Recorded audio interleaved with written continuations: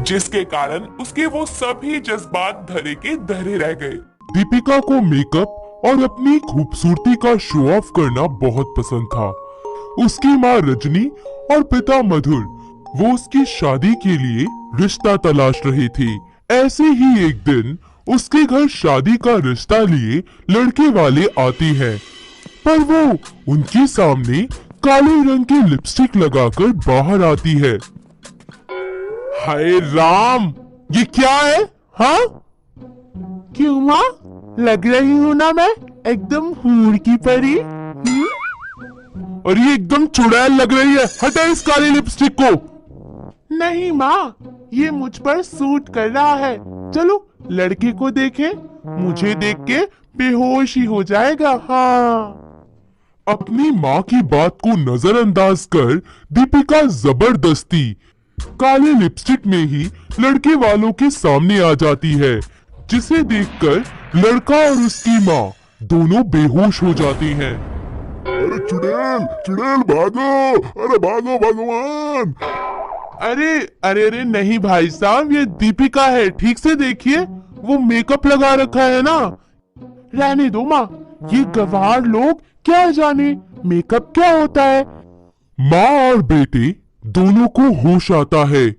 जैसे ही उन्हें होश आता है वो वहां से तुरंत ही 9-2-11 हो जाती हैं। पर उसके माता पिता उसके लिए रिश्ते तलाशते ही रहते। ऐसे ही एक दिन मनीष नाम के लड़के का रिश्ता आता है। अरे कितना इंतजार करवाएगी आपकी बेटी हमसे। जी हाँ, अभी बुलाती हूँ। इस बार दीपिका का मेकअप बहुत ही लाइट होता है और वो सबके सामने आती है। हाय, कितनी अच्छी लग रही है, एकदम हूर की परी।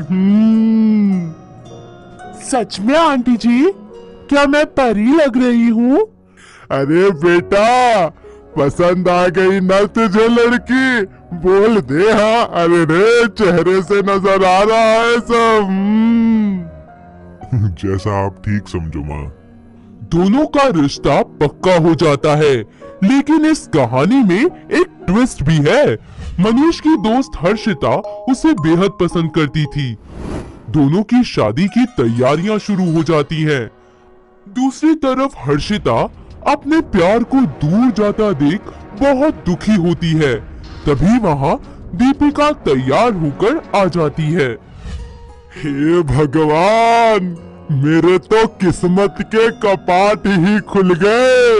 इतनी सुंदर बहू है मेरी। रा बहू तो घनी चौखी ढूंढिया दामड़ी ने, देखो तो कितनी सुंदर है। दूसरी तरफ संगीत का कार्यक्रम नाच गाने के साथ शुरू हो जाता है। थोड़े समय बाद सभी अपने अपने घर को लौट जाते हैं। दीपिका अपनी शादी के सपने बुनने लग जाती है। शादी का दिन बहुत नजदीक आ जाता है और अपनी दीपिका को मेकअप की चिंता होने लगती है। इसी चिंता से ग्रस्त वो एक मेकअप आर्टिस्ट से फोन पर बात करती है। हेलो, क्या मैं गुंजन मैम से बात कर सकती हूँ? जी हाँ, बोलिए, मैं ही बोल रही हूँ। जी, मुझे अपना ब्राइडल मेकअप करवाना था। आप बताइए, आप कर देंगी ना? चलो ठीक है, आप इतना कह रहे हो तो मैं कर देती हूँ। मैं आपको एक एड्रेस देती हूँ, आप वहाँ आ जाइए, मैं कर दूंगी। दीपिका अपनी शादी के ही दिन ब्राइडल मेकअप के लिए घर से बिना किसी को बताए रफू चक्कर हो जाती है। दूसरी तरफ मनीष अपनी बारात लिए उसके घर पहुंचता है। मंडप में बहुत देर तक बैठे रहने के बाद पंडित जी दुल्हन को बुलाने के लिए बोलते हैं। अरे भैया, कन्या को बुलाइए। ओम नमो नमः। जी पंडित जी, बस अभी लेकर आई। रजनी जब उसके कमरे में जाती है तो देखती है कि वो तो वहाँ है ही नहीं।